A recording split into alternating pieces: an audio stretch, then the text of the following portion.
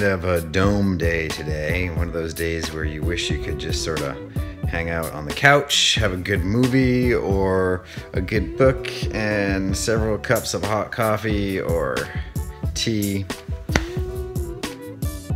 Man, I need to shave. Golly, it seems like I just shaved yesterday. Alright, it's Monday. And since I've started doing this vlog, I've been entertaining this fantasy that I will one day have a job in which people pay me to make movies of their events or their trips, or anything they want, really. It's a lot of fun. Imagine something so much fun and getting paid to do it. So if you know of anybody that's looking to have, you know, an iPhone movie shot of their event, let me know. I would love to do that. If I could find a way to make movies and still play a role in my business, that would be the best of both worlds. My son asked me why I'm using my iPhone and iMovie on the iPhone to do all of the editing. It's because, believe it or not, it goes faster on my iPhone. There's nothing that drives me more crazy than being in the creative process and having to wait for the technology to keep up with your mind. It should be the other way around. Relatively painless. Kind of feels a little tight. I will not be taking you into the shower. However, you know, my son calls me a hippie. I do have hippie tendencies. For instance, I stopped using shampoo about 6 years ago. I mean, I didn't stop washing my hair. I stopped buying, you know, shampoo in a bottle. Andrea told me about this phenomenon called no-poo, which is washing your hair without shampoo. This is like good shampoo that's supposed to be, you know, low on the chemical scale. But look, there's like a gajillion ingredients on this thing. I buy my shampoo in a 50-pound bag at the feed store. Yeah, that's right, the animal feed store. Safe feed, safe food. I guess if it's safe enough for a cow to eat, it's probably safe enough for me to put on my head. Feed quality baking soda in 50-pound bags costs about $12 for a 50-pound bag. Take about, I don't know, a couple tablespoons of baking soda, put it in a 1 cup bottle, about 4 to 6 ounces of water, mix it up, dissolve the baking soda, and use that to wash my hair. It's that simple.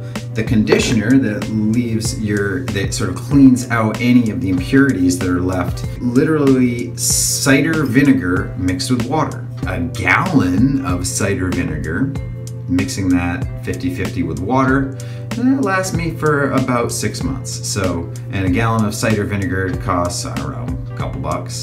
So, $14 for like 3 years of shampoo versus, you know, this stuff, which is what, $13 for 1 bottle that might last a month. It's cheaper, a lot less chemicals, and it's very effective too. So if you're sick of all of the fragrances and chemicals and foaming agents, just go no-poo and move to the baking soda solution. We've talked it over, and we both agree. I forget, I have not looked at my schedule and I think I left Wednesday open. I don't know what time would be best. I mean, I think I'd like to meet for lunch, would be good, you know?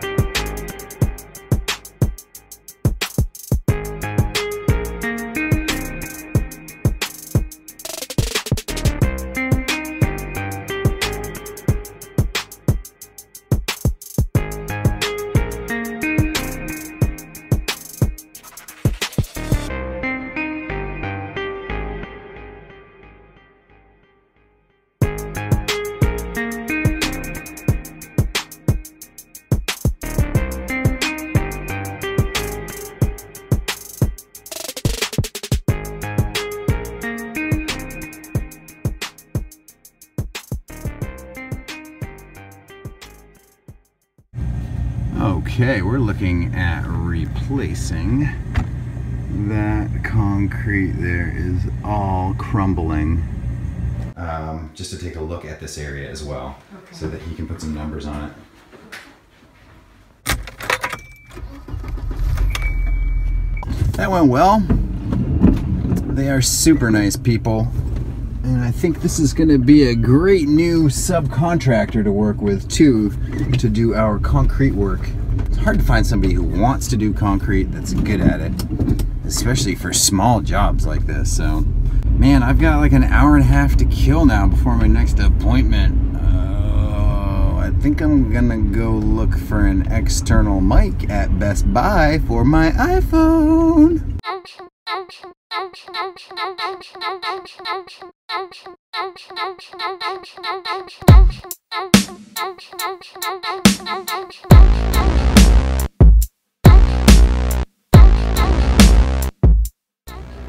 Alright, struck out at Best Buy. Now I'm just trying to find some graph paper here for my sketches.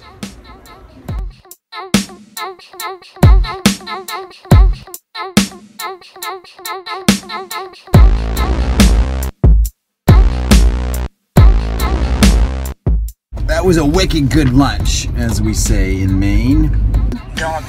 Going to check out somebody else's wet, nasty basement. A basement man to the rescue, right? I get the sense, you know, sometimes people call up and ask for an estimate to do work, but what they're really looking for is advice. You just never know, you know?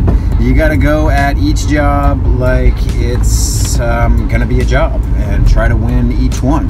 Just gotta give it my best, and there's a fine line between being like a slick salesperson and somebody who's there to inform, educate, and present an intelligent plan.